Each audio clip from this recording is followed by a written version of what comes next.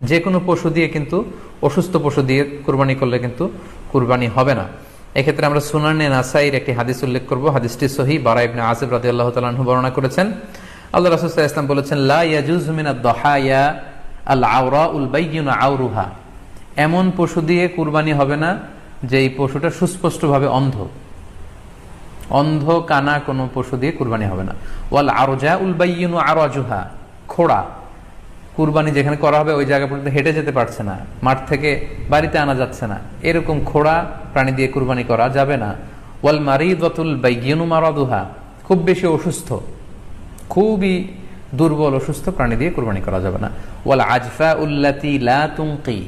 এবং এমন বয়স্ক বৃদ্ধ প্রাণী যে অতি বয়সের ভারে এটা নুজ্জ হয়ে গিয়েছে এবং এর হাড্ডির ভেতরে যে মজ্জা শুকিয়ে গিয়েছে, এরকম প্রাণী দিয়েও কিন্তু কুরবানি করা যাবে না। তাহলে সুনান